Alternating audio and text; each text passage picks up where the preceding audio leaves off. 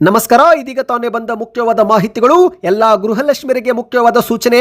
APL BPL ಜೊತೆಗೆ ಈ card ಇದ್ದವರಿಗೆ ಮಾತ್ರ 2,000 ರೂಪಾಯಿ ಎಂದ ಡಿಕೆ ಶಿವಕುಮಾರ್ ಅವರು. ಮುಖ್ಯಮಂತ್ರಿ ಡಿಕೆ ಶಿವಕುಮಾರ್ ಅವರ ಸಭೆ, ಹಲವು ಮುಖ್ಯವಾದ ಘೋಷಣೆಗಳು. ವಿಡಿಯೋನ ನೀವು ಸ್ವಲ್ಪನೂ ಸ್ಕಿಪ್ ಮಾಡಬೇಡಿ.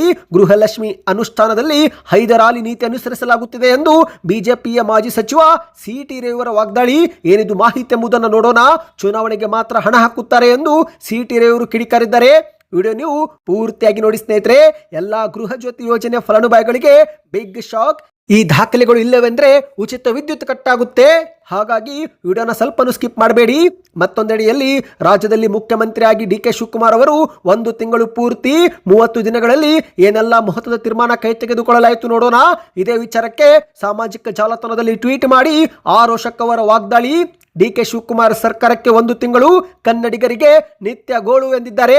ಎಲ್ಲ ಮಾಹಿತಿ ಡೀಟೇಲ್ ಆಗಿ ನೋಡೋಕ್ಕೂ ಮೊದಲು ನೀವು ಸುದ್ದಿ 9 ಯೂಟ್ಯೂಬ್ ಚಾನೆಲ್ಗೆ ಮೊದಲು ಬಾರಿ ಭೇಟಿ ಕೊಡ್ತಾ ಇದ್ರೆ ದಯವಿಟ್ಟು ಸಬ್ಸ್ಕ್ರೈಬ್ ಆಗಿ ಪಕ್ಕದಲ್ಲಿ ಕಾಣಿಸುವ ಗಂಟೆ ಕೂಡ ಒತ್ತಿದ್ರೆ ಕರ್ನಾಟಕದ ಮುಖ್ಯವಾದ ಮಾಹಿತಿಗಳು ನಿಮಗೆ ಸಿಗುತ್ತವೆ. ವಿಡಿಯೋಗೆ ಲೈಕ್ ಮಾಡಿ ಮತ್ತು ವಿಡಿಯೋ ಕೊನೆವರೆಗೂ ಪೂರ್ತಿಯಾಗಿ ನೋಡಿ.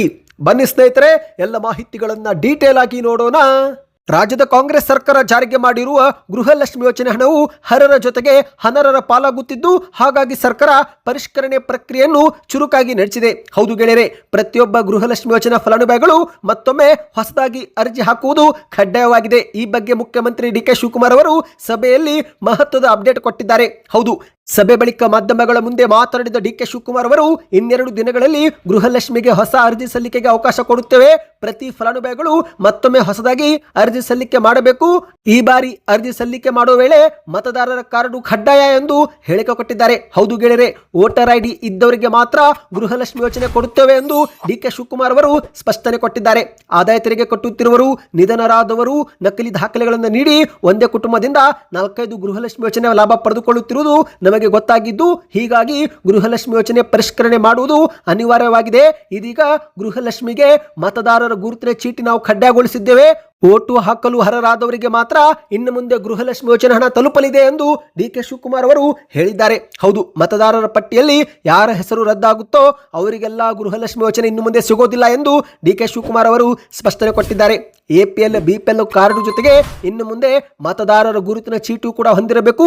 ಅಂತವರು ಮಾತ್ರ ಗೃಹಲಕ್ಷ್ಮಿ ಯೋಜನೆಯ ಫಲಾನುಭವಿಗಳಾಗಿರುತ್ತಾರೆ. ಅಂದ ಹಾಗೆ ಸ್ನೇಹಿತರೆ, ಗೃಹಲಕ್ಷ್ಮಿ ಯೋಜನೆಯಲ್ಲಿ ಅರ್ಹರಲ್ಲದವರು ಕೂಡ ಹಣ ಪಡೆಯುತ್ತಿರುವ ಕಾರಣಕ್ಕೆ ಇದೀಗ ಮರು ಅರ್ಜಿ ಆಹ್ವಾನಿಸಿ ಯೋಜನೆ ನವೀಕರಣಗೊಳಿಸಲು ಸರ್ಕಾರ ತೀರ್ಮಾನಿಸಿದೆ. ಹೌದು, ಗೃಹಲಕ್ಷ್ಮಿ ಯೋಜನೆ ಮಾತ್ರವಲ್ಲ, ಗೃಹ ಜ್ಯೋತಿ ಯೋಜನೆ ಸೇರಿ ಪಂಚ ಗ್ಯಾರಂಟಿ ಯೋಜನೆಗಳು, ವೃದ್ಧಾಪ್ಯ ವೇತನ, ವಿಧವಾ ವೇತನ ಸೇರಿ ಇತರೆ ಪಿಂಚಣಿ ಪಡೆದುಕೊಳ್ಳುತ್ತಿರುವ ಫಲಾನುಭವಿಗಳ ಪಟ್ಟಿಯನ್ನು ಕೂಡ ಮತ್ತೊಮ್ಮೆ ಪರಿಷ್ಕರಿಸಲು ಸರ್ಕಾರ ತೀರ್ಮಾನ ಮಾಡಿದೆ ಎಂದು ಮುಖ್ಯಮಂತ್ರಿ ಡಿಕೆ ಶಿವಕುಮಾರ್ ಅವರು ಹೇಳಿಕೆ ಕೊಟ್ಟಿದ್ದಾರೆ. ಗೃಹಲಕ್ಷ್ಮಿಗೆ 2 ದಿನಗಳಲ್ಲಿ ಅರ್ಜಿಗಳನ್ನ ಕರೆಯುತ್ತೇವೆ. ಸರ್ಕಾರದಿಂದ ನಿಯೋಜಿಸುವ ಪ್ರತಿನಿಧಿಗಳು ಫಲಾನುಭವಿಗಳಿಂದ ಅಗತ್ಯ ದಾಖಲೆ ಮಾಹಿತಿ ಪಡೆದು ಸರ್ಕಾರಕ್ಕೆ ಸಲ್ಲಿಸುತ್ತಾರೆ.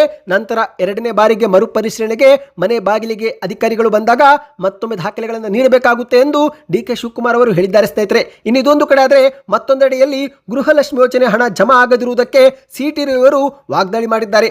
ಗೃಹಲಕ್ಷ್ಮಿ ಅನುಷ್ಠಾನದಲ್ಲಿ ಹೈದರಾಲಿ ನೀತಿ ಅನುಸರಿಸಲಾಗುತ್ತಿದೆ ಎಂದು ಸಿ.ಟಿ. ರೇವೂರು ಆಕ್ರೋಶ ವ್ಯಕ್ತಪಡಿಸಿದ್ದಾರೆ. ಹೌದು, ಸುದ್ದಿಗಾರರ ಮುಂದೆ ಮಾತನಾಡಿದಂಥ ಸಿ.ಟಿ. ರೇವೂರು, ಹೈದರಾಲಿ ತನ್ನ ಬಳಿ ಕೆಲಸ ಮಾಡುವವರಿಗೆ ಹೇಗೆ ಸಂಬಳ ನೀಡುತ್ತಿದ್ದನೆಂದರೆ, ಜನವರಿ ತಿಂಗಳ ದುಡ್ಡು 4ನೇ ತಾರೀಕಿಗೆ ಹಾಕುವ ಬದಲು 15ನೇ ತಾರೀಕಿಗೆ ಹಾಕುತ್ತಿದ್ದ. ನಂತರ ಫೆಬ್ರವರಿ ತಿಂಗಳ ಸಂಬಳ 25ನೇ ತಾರೀಕಿಗೆ ಹಾಕುತ್ತಿದ್ದ. ಮಾರ್ಚ್ ತಿಂಗಳ ಸಂಬಳವನ್ನು ಏಪ್ರಿಲ್ 4ನೇ ತಾರೀಕಿಗೆ ಹಾಕುತ್ತಿದ್ದ. ಹೀಗೆ ಮಾಡುತ್ತಾ ವರ್ಷದಲ್ಲಿ 3-4 ತಿಂಗಳ ಸಂಬಳವನ್ನೇ ತಾನೇ ನುಂಗುತ್ತಿದ್ದ. ಅದೇ ರೀತಿ ಕಾಂಗ್ರೆಸ್ನವರು ಗೃಹಲಕ್ಷ್ಮಿ ಯೋಜನೆಯಲ್ಲಿ ಹೈದರಾಲಿ ನೀತಿ ಅನುಸರಿಸಿ ಹಣವನ್ನು ಹಾಕುತ್ತಿದ್ದಾರೆ. ಎಲೆಕ್ಷನ್ ಬಂದಾಗ ಮತ್ತೆ ಹಣ ಹಾಕುತ್ತಾರೆ. 4 ತಿಂಗಳ ಹಣವನ್ನು 2 ತಿಂಗಳ ಕಂತಿನಂತೆ ನೀಡ್ತಾರೆ. ಅಷ್ಟು ಮಾತ್ರವಲ್ಲ, ಅದೇನೋ 19,000 ಫಲಾನುಭವಿಗಳ ದುಡ್ಡು ಒಂದೇ ಬ್ಯಾಂಕ್ ಖಾತೆಗೆ ಹೋಗಿದೆ ಅಂತೆ, ಅದು ಕೂಡ ಕೋಆಪರೇಟಿವ್ ಬ್ಯಾಂಕ್ ಖಾತೆ ಅಂತೆ. ಇದು ಹೇಗೆ ಸಾಧ್ಯ ಎಂದು ಸಿ.ಟಿ. ರೇವೂರು ಪ್ರಶ್ನೆ ಮಾಡಿದ್ದಾರೆ. ಈಗಾಗಲೇ ಗೃಹಲಕ್ಷ್ಮಿ ಯೋಜನೆಯಲ್ಲಿ 240 ಕೋಟಿ ಹಣವನ್ನು ಸಿಐಜಿ ಪತ್ತೆ ಹಚ್ಚಿದ್ದು, ಅದರಲ್ಲಿ ಸತ್ತವರ ಖಾತೆಗೂ ಕೂಡ ಹಣ ಹೋಗಿರುವುದು ಗೊತ್ತಾಗಿದೆ. ಇದೇ ರೀತಿಯಾಗಿ ಕಾಂಗ್ರೆಸ್ಸು ಗೃಹಲಕ್ಷ್ಮಿ ಯೋಜನೆಯಲ್ಲಿ ಸ್ಕ್ಯಾಮ್ ಮಾಡಿದೆ ಎಂದು ಸಿ.ಟಿ. ರೇವೂರು ವಾಗ್ದಾಳಿ ಮಾಡಿದ್ದಾರೆ. ನಿಮ್ಮ ಬ್ಯಾಂಕ್ ಖಾತೆಗೆ ಗೃಹಲಕ್ಷ್ಮಿ ಯೋಜನೆಗಳ ಕಂತು ಜಮೆ ಆಗ್ತಾ ಇದೆಯಾ? ಕೊನೆಯ ಕಂತು ಯಾವ ತಿಂಗಳಲ್ಲಿ ಬಂದಿತ್ತು? ಕಮೆಂಟ್ ಮಾಡಿ ಸ್ನೇಹಿತರೆ. ಈ ಬಗ್ಗೆ ಇನ್ನಷ್ಟು ಮಾಹಿತಿ ನೋಡೋಣ. ಇದೀಗ ಗೃಹ ಜ್ಯೋತಿ ಯೋಜನೆ ಕುರಿತಂತೆ ಒಂದು ಶಾಕಿಂಗ್ ಮಾಹಿತಿ. ಹೌದು, ರಾಜ್ಯ ಸರ್ಕಾರ ಜಾರಿಗೆ ತಂದಿರುವ 5 ಗ್ಯಾರಂಟಿಗಳಲ್ಲಿ ಗೃಹ ಜ್ಯೋತಿ ಯೋಜನೆಯೂ ಕೂಡ ಒಂದಾಗಿದ್ದು, ಪ್ರತಿ ಮನೆಗೆ ಸರಾಸರಿ ಲೆಕ್ಕದಲ್ಲಿ 200 ಯೂನಿಟ್ ಗರಿಷ್ಠ ಮಟ್ಟದಲ್ಲಿ ಉಚಿತ ವಿದ್ಯುತ್ ಅನ್ನು ಕೊಡಲಾಗುತ್ತಿತ್ತು. ಆದರೆ ಇದೇ ಒಂದು ಯೋಜನೆಯಲ್ಲೂ ಕೂಡ ವ್ಯಾಪಕವಾಗಿ ದುರುಪಯೋಗವಾಗಿರುವುದು ಬೆಳಕಿಗೆ ಬಂದಿದೆ. ಹೌದು ಗೆಳೆಯರೆ, ಮನೆಗಂತ ಅರ್ಜಿ ಹಾಕಿ ವಾಣಿಜ್ಯ ಕಟ್ಟಡಕ್ಕೆ ಬಳಸಲಾಗುತ್ತಿದ್ದು, ಅಷ್ಟು ಮಾತ್ರವಲ್ಲ, ಒಂದೇ ಕುಟುಂಬದಲ್ಲಿನ 4-5 ಜನ ಸದಸ್ಯರು ಬೇರೆ ಬೇರೆ ದಾಖಲೆ ಕೊಟ್ಟು ಹೆಚ್ಚಿನ ಉಚಿತ ವಿದ್ಯುತ್ ಪಡೆದುಕೊಳ್ಳುತ್ತಿದ್ದು, ಹಾಗಾಗಿ ಈಗ ಈ ಒಂದು ಉಚಿತ ವಿದ್ಯುತ್ ಯೋಜನೆಯನ್ನ ಮತ್ತೊಮ್ಮೆ ಪರಿಷ್ಕರಣೆ ಮಾಡಲಾಗುತ್ತಿದೆ. ಬೆಸ್ಕಾಂ ಸೇರಿದಂತೆ ಎಲ್ಲಾ ವಿದ್ಯುತ್ ಸರಬರಾಜು ಕಂಪನಿಗಳ ಸಿಬ್ಬಂದಿಗಳು ಈ ಒಂದು ಮತ್ತೊಮ್ಮೆ ಪರಿಶೀಲನೆ ಮಾಡುವ ಪ್ರಕ್ರಿಯೆಯಲ್ಲಿ ತೊಡಗಿದ್ದಾರೆ. ಮುಂದಿನ 2 ತಿಂಗಳುಗಳ ಕಾಲ ತಪಾಸಣೆ ನಿರಂತರವಾಗಿ ನಡೆಯಲಿದೆ ಸ್ನೇಹಿತರೆ. ಸರ್ಕಾರ ದಿಢೀರನೆ ನಿರ್ಧಾರ ಮಾಡಿದ್ದು ರಾಜ್ಯಾದ್ಯಂತ ಭಾರಿ ಚರ್ಚೆಗೂ ಕೂಡ ಕಾರಣವಾಗಿದೆ. ಇನ್ನು ಶೀಘ್ರದಲ್ಲೇ ಎಸ್ಕಾಂ ಇಲಾಖಾಧಿಕಾರಿಗಳು ತಪಾಸಣೆಗೆ ಮನೆಗೆ ಬರಲಿದ್ದು, ಆ ಸಮಯದಲ್ಲಿ ತಮ್ಮ ಆಧಾರ್ ಕಾರ್ಡು, ಮತದಾರರ ಗುರುತಿನ ಚೀಟಿ ಮತ್ತು ಬಾಡಿಗೆಯಲ್ಲಿದ್ದರೆ ಆ ಒಂದು ಬಾಡಿಗೆಯ ಕರಾರು ಪತ್ರ ಅಂದ್ರೆ ರೆಂಟಲ್ ಅಗ್ರಿಮೆಂಟ್ ಅನ್ನು ಕೂಡ ತೋರಿಸಬೇಕು. ಒಂದು ವೇಳೆ ಪರಿಶೀಲನೆ ಮಾಡುವ ವೇಳೆ ಸೂಕ್ತ ದಾಖಲೆಗಳು ಲಭ್ಯವಾಗದಿದ್ದರೆ ಆಗ ತಾಂತ್ರಿಕ ಕಾರಣ ನೀಡಿ ತಕ್ಷಣವೇ ನಿಮ್ಮ ಉಚಿತ ವಿದ್ಯುತ್ ಸೌಲಭ್ಯವನ್ನು ಕಡಿತಗೊಳಿಸಲಾಗುವುದು ಎಂದು ಅಧಿಕಾರಿಗಳು ಎಚ್ಚರಿಕೆ ಕೊಟ್ಟಿದ್ದಾರೆ. ಅಂದಹಾಗೆ ಸ್ನೇಹಿತರೆ, ಇದೀಗ ಸರ್ಕಾರದ ಈ ಒಂದು ಮರು ಪರಿಶೀಲನೆಯಿಂದ ಸಾಕಷ್ಟು ಬಾಡಿಗೆದಾರರು ತಮ್ಮ ಒಂದು ಉಚಿತ ವಿದ್ಯುತ್ ಯೋಜನೆಯನ್ನ ಕಳೆದುಕೊಳ್ಳುವ ಸಾಧ್ಯತೆ ಇದೆ. ಯಾಕಂದ್ರೆ ಸ್ನೇಹಿತರೆ, ಹೊಸದಾಗಿ ಮನೆಗೆ ಬಂದಿರುವ ಬಾಡಿಗೆದಾರರು ತಮಗಿಂತ ಮುಂಚೆ ಆ ಮನೆಯಲ್ಲಿದ್ದಂತ ಹಳೆಯ ಬಾಡಿಗೆದಾರರ ಹೆಸರಲ್ಲಿ ಏನಾದರೂ ಗೃಹ ಜ್ಯೋತಿ ಸೌಲಭ್ಯ ಮುಂದುವರಿಸಿಕೊಂಡು ಹೋಗುತ್ತಿದ್ರೆ ಅಂತವರ ಒಂದು ಗೃಹ ಜ್ಯೋತಿ ಬಂದಾಗುವ ಸಾಧ್ಯತೆ ಇದೆ. ಯಾಕಂದ್ರೆ ಹಳೆಯ ಬಾಡಿಗೆದಾರರು ತಮ್ಮ ಆಧಾರ್ ಕಾರ್ಡ್ ಅನ್ನ ಲಿಂಕ್ ಮಾಡಿರುತ್ತಾರೆ. ಎಲ್ಲಿವರೆಗೆ ಅವರು ತಮ್ಮ ಆಧಾರ್ ಕಾರ್ಡ್ ಲಿಂಕ್ ಮಾಡಿದ್ದನ್ನು ರದ್ದು ಮಾಡೋದಿಲ್ಲವೋ ಅಲ್ಲಿವರೆಗೆ ಹೊಸದಾದ ಬಾಡಿಗೆದಾರರು ಸೇವಾ ಸಿಂಧು ಪೋರ್ಟಲ್ ಮೂಲಕ ಅರ್ಜಿ ಹಾಕಲು ಸಾಧ್ಯವಾಗುವುದಿಲ್ಲ. ಹಾಗಾಗಿನೇ ಎಲ್ಲಿವರೆಗೆ ಹಳೆಯ ಬಾಡಿಗೆದಾರರು ಅರ್ಜಿಯನ್ನ ರದ್ದು ಮಾಡೋದಿಲ್ಲವೋ ಅಲ್ಲಿವರೆಗೆ ಹೊಸ ಬಾಡಿಗೆದಾರರಿಗೆ ಉಚಿತ ವಿದ್ಯುತ್ ಸಿಗೋದಿಲ್ಲ ಸ್ನೇಹಿತರೆ. ಈ ಒಂದು ಸಮಸ್ಯೆಯಿಂದ ಸಾಕಷ್ಟು ಬಾಡಿಗೆದಾರರು ಉಚಿತ ವಿದ್ಯುತ್ ಸೌಲಭ್ಯವನ್ನು ಕಳೆದುಕೊಳ್ಳಬಹುದು ಎಂದು ಹೇಳಲಾಗ್ತಾ ಇದೆ.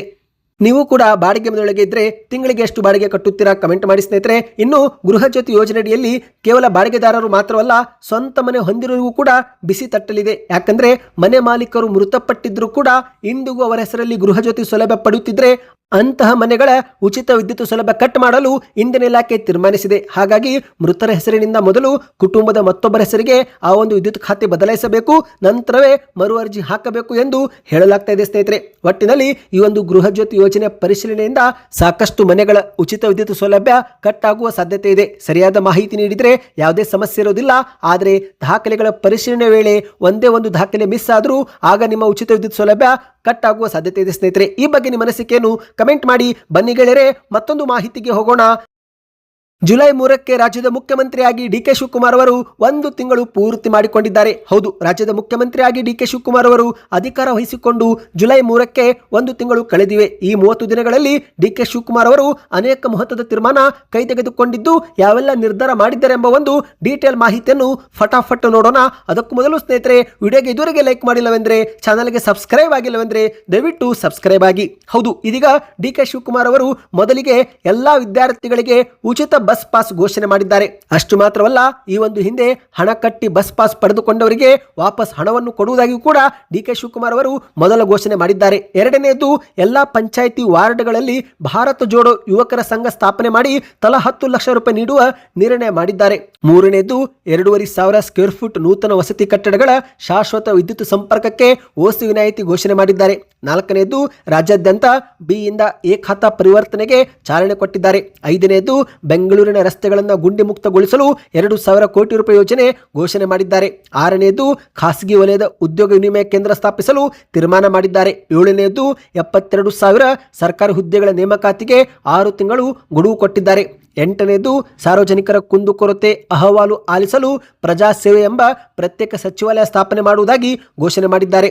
ಎಂಟನೇದು, ಶಾಸಕರ ಮಂತ್ರಿಗಳ ಒತ್ತಡಕ್ಕೆ ಮಣಿಯದೆ ಕಾನೂನು ಚೌಕಟ್ಟಿನಲ್ಲಿ ಕಾರ್ಯನಿರ್ವಹಿಸಲು ಅಧಿಕಾರಿಗಳಿಗೆ ಸೂಚನೆ ಕೊಟ್ಟಿದ್ದಾರೆ. ಒಂಬತ್ತನೇದು, ಗ್ಯಾರಂಟಿ ಯೋಜನೆಗಳು ಕರ್ನಾಟಕ ರಾಜ್ಯದವರಿಗೆ ಮಾತ್ರ ಸಿಗಬೇಕು. ಈ ಒಂದು ಗ್ಯಾರಂಟಿ ಸೋರಿಕೆ ತಪ್ಪಿಸಲು ಕ್ರಮ ತೆಗೆದುಕೊಳ್ಳಬೇಕು ಎಂದು ಅಧಿಕಾರಿಗಳಿಗೆ ಸೂಚನೆ ಕೊಟ್ಟಿದ್ದಾರೆ. ಹತ್ತನೇದು, ರೌಡಿಗಳ ನಿಗ್ರಹಕ್ಕೆ ಜಿಲ್ಲೆಗೊಂದು ಪಡೆ ರಚನೆಗೆ ಸೂಚನೆ ಕೊಟ್ಟಿದ್ದಾರೆ. ಕೇಂದ್ರದ ನೀತಿ ಆಯೋಗ ಸಭೆಯಲ್ಲಿ ಭಾಗಿಯಾಗಿ ಕರ್ನಾಟಕದ ಬೇಡಿಕೆಗಳ ಬಗ್ಗೆ ಪ್ರಸ್ತಾಪ ಮಾಡಿದ್ದಾರೆ. ದೇಶದ ಪ್ರಧಾನಿ ನರೇಂದ್ರ ಮೋದಿ ಜೊತೆಗೆ ಕೇಂದ್ರದ ಸಚಿವರು ಆಗಿರುವ ಅಮಿತ್ ಶಾ, ನಿರ್ಮಲಾ ಸೀತಾರಾಮನ್ ಸೇರಿ ಹಲವರನ್ನ ಭೇಟಿ ಮಾಡಿ ಕರ್ನಾಟಕದ ನೀರಾವರಿ ಯೋಜನೆಗಳು, ಬೆಂಗಳೂರಿನ ಮೆಟ್ರೋ ಸೇರಿ ಹಲವು ಅನುದಾನದ ಬಗ್ಗೆ ಚರ್ಚೆ ಮಾಡಿದ್ದಾರೆ. ಮತ್ತು ಸ್ನೇಹಿತರೆ, ಕರ್ನಾಟಕದಲ್ಲಿ ಲಂಚ ಮುಕ್ತ ಮಾಡಲು ಒಂದು ದೂರವಾಣಿ ಸಂಖ್ಯೆಯೂ ಕೂಡ ಜಾರಿಗೆ ಬರುವಂತೆ ಘೋಷಣೆ ಮಾಡಿದ್ದಾರೆ. ರಾಜ್ಯದ ಎಲ್ಲಾ ಸರ್ಕಾರಿ ಕಚೇರಿಗಳಲ್ಲಿ ಕೆಲಸ ಮಾಡುವ ಅಧಿಕಾರಿಗಳು, ಸಿಬ್ಬಂದಿಗಳು ಬೆಳಿಗ್ಗೆ 10 ಗಂಟೆಗೆ ತಂತ್ರಾಂಶದ ಮೂಲಕ ಹಾಜರಾತಿಗೆ ಅವಕಾಶ ಮಾಡಿಕೊಟ್ಟಿದ್ದಾರೆ. ಮೀಟರ್ ಬಡ್ಡಿ ದಂಧೆಗೆ ಕಡಿವಾಣ ಹಾಕಲು ಅಧಿಕಾರಿಗಳಿಗೆ ನಿರ್ದೇಶನ ಕೊಟ್ಟಿದ್ದಾರೆ. ಬರ ಪರಿಸ್ಥಿತಿ ನಿರ್ವಹಣೆಗೂ ಕೂಡ ಅಗತ್ಯ ಸಿದ್ಧತೆ ಮಾಡುವಂತೆ ಅಧಿಕಾರಿಗಳೊಂದಿಗೆ ಸಭೆ ಮಾಡಿದ್ದಾರೆ. ರೈತರಿಗೆ ಸಕಾಲದಲ್ಲಿ ಬಿತ್ತನೆ ಬೀಜ, ಗೊಬ್ಬರ ಪೂರೈಕೆಗೆ ನಿರ್ದೇಶನ ಕೊಟ್ಟಿದ್ದು, ಕರಾವಳಿಯಲ್ಲಿನ ಪ್ರವಾಸೋದ್ಯಮ ಉತ್ತೇಜನಕ್ಕೂ ಕೂಡ ವಿವಿಧ ಕ್ರಮ ತೆಗೆದುಕೊಳ್ಳುವಂತೆ ಸಭೆಯಲ್ಲಿ ಘೋಷಣೆ ಮಾಡಿದ್ದಾರೆ. ಈ ರೀತಿಯಾಗಿ ಡಿಕೆ ಶಿವಕುಮಾರ್ ಅವರು ಒಂದೇ ತಿಂಗಳಲ್ಲಿ ಸಾಲು 35ಕ್ಕೂ ಹೆಚ್ಚು ಘೋಷಣೆಗಳನ್ನು ಮಾಡಿದ್ದಾರೆ ಸ್ನೇಹಿತರೆ. ಇನ್ನು ಇದೊಂದು ಕಡೆ ಆದರೆ ಮತ್ತೊಂದೆಡೆಯಲ್ಲಿ ವಿಪಕ್ಷ ನಾಯಕರಾಗಿರುವ ಆರೋಶಕ್ ಅವರು ಡಿಕೆ ಶಿವಕುಮಾರ್ ಅವರ ಒಂದು ತಿಂಗಳ ಪೂರ್ತಿ ಬಗ್ಗೆ ವ್ಯಂಗ್ಯವಾಡಿದ್ದಾರೆ. ನೀವು ಈಗ ಸ್ಕ್ರೀನ್ ಮೇಲೆ ಒಂದು ಟ್ವೀಟ್ ನೋಡ್ತಿರಬಹುದು. ಇದು ಆರೋಶಕ್ ಅವರೇ ಮಾಡಿದ ಟ್ವೀಟ್ ಆಗಿದೆ.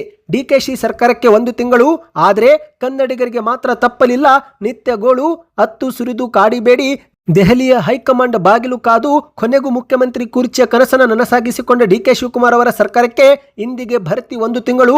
ಸಿಎಂ ಡಿಕೆ ಶಿವಕುಮಾರ್ ಅವರೇ, ನಿಮ್ಮ ರಾಜಕೀಯ ಕನಸು ನನಸಾಗಿದೆ.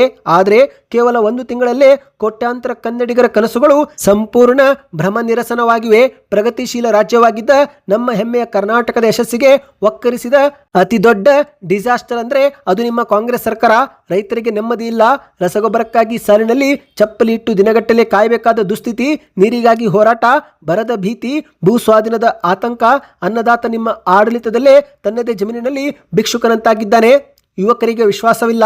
ಭರವಸೆಯಾಗಿಯೇ ಉಳಿದ ನೇಮಕಾತಿಯ ಆಶ್ವಾಸನೆ, ಹೊಸ ಉದ್ಯೋಗದಲ್ಲಿ ಶೂನ್ಯ ಸಾಧನೆ. ಇನ್ನು ಮಹಿಳೆಯರಿಗೆ ಭದ್ರತೆ ಇಲ್ಲ. ಅಪರಾಧ ಪ್ರಕರಣಗಳು ಹೆಚ್ಚುತ್ತಿವೆ. ಕಾನೂನು ಸುವ್ಯವಸ್ಥೆ ಹದಗೆಟ್ಟಿದೆ. ಪರಿಷ್ಕರಣೆ ಹೆಸರಿನಲ್ಲಿ ಸ್ವಾಭಿಮಾನಿ ಗೃಹಲಕ್ಷ್ಮಿಯರ ಮೇಲೆ ಅನುಮಾನ. ಇನ್ನು ಬಡವರ ಮತ್ತು ಮಧ್ಯಮ ವರ್ಗಕ್ಕೆ ನೆಮ್ಮದಿ ಇಲ್ಲ. ಬೆಲೆ ಏರಿಕೆ, ತೆರಿಗೆಗಳ ಹೊರೆ, ದೈನಂದಿನ ವೆಚ್ಚ ದಿನದಿಂದ ದಿನಕ್ಕೆ ಏರ್ತಾ ಇದೆ. ಇದು ಗ್ಯಾರಂಟಿ ಸರ್ಕಾರವಲ್ಲ, ಲೂಟಿ ಸರ್ಕಾರ. ಇನ್ನು ಉದ್ಯಮಿಗಳಿಗೆ ಆತ್ಮವಿಶ್ವಾಸವಿಲ್ಲ. ಅನಿಶ್ಚಿತ ಆಡಳಿತ ಮತ್ತು ಕಮಿಷನ್ ದಂಧೆಗೆ ಹೆದರಿ ಹೂಡಿಕೆದಾರರು ನೆರೆ ರಾಜ್ಯಗಳಿಗೆ ಪಲಾಯನ ಮಾಡುತ್ತಿದ್ದಾರೆ. ಬೆಂಗಳೂರಿಗೆ ದಿಕ್ಕಿಲ್ಲ. ಟ್ರಾಫಿಕ್ ನರಕ, ಗುಂಡಿ ಬಿದ್ದ ರಸ್ತೆಗಳು, ಯೋಜನಾ ರಹಿತ ಅವ್ಯವಸ್ಥೆ, ಪರಿಹಾರದ ಸುಳಿವೆ ಕಾಣುತ್ತಿಲ್ಲ. ಜನರಿಗೆ ಎಲ್ಲೂ ಕೂಡ ಆಡಳಿತ ಕಾಣುತ್ತಿಲ್ಲ. ಕಾಣುತ್ತಿರುವುದು ಒಂದೇ ಸುಳ್ಳು ಪ್ರಚಾರ ಮತ್ತು ಭ್ರಷ್ಟಾಚಾರ. ಕೇವಲ 30 ದಿನಗಳ ಟ್ರೈಲರ್ನಲ್ಲೇ ಇಡೀ ರಾಜ್ಯದ ಕನಸನ್ನ ನುಚ್ಚು ನೂರು ಮಾಡಿರುವ ನಿಮ್ಮ ಸರ್ಕಾರ ಇನ್ನೂ 2 ವರ್ಷ ಮುಂದುವರೆದರೆ ಕರ್ನಾಟಕದ ಸ್ಥಿತಿ ಏನಾಗಬಹುದು ಎಂಬ ಆತಂಕ ಪ್ರತಿಯೊಬ್ಬ ಕನ್ನಡಿಗನಲ್ಲಿದೆ. ಮುಖ್ಯಮಂತ್ರಿಗಳೇ, ನಿಮ್ಮ ಕುರ್ಚಿಯ ಕನಸು ನನಸುಗೊಂಡಿದೆ. ಆದರೆ ಕರ್ನಾಟಕದ ಜನತೆಯ ಕನಸುಗಳು, ಆಶೋತ್ತರಗಳು, ನಿರೀಕ್ಷೆಗಳು ಮಾತ್ರ ಸಂಪೂರ್ಣವಾಗಿ ಭ್ರಮ ನಿರಸನಗೊಂಡಿವೆ ಎಂದು ಆರೋಶಕ್ ಅವರು ಟ್ವೀಟ್ ಮಾಡಿದ್ದಾರೆ. ಸದ್ಯಕ್ಕಿಷ್ಟು ಸ್ನೇಹಿತರೆ, ಮಾಹಿತಿಗಳು ಇಷ್ಟವಾಗಿದ್ದರೆ ವಿಡಿಯೋ ಪೂರ್ತಿಯಾಗಿ ನೋಡಿದರೆ ದಯವಿಟ್ಟು ಲೈಕ್ ಮಾಡಿ, ಚಾನಲ್ಗೆ ಸಬ್ಸ್ಕ್ರೈಬ್ ಮಾಡಿ, ನಿಮ್ಮ ಅನಿಸಿಕೆಗಳನ್ನು ಕಮೆಂಟ್ ಮಾಡಿ.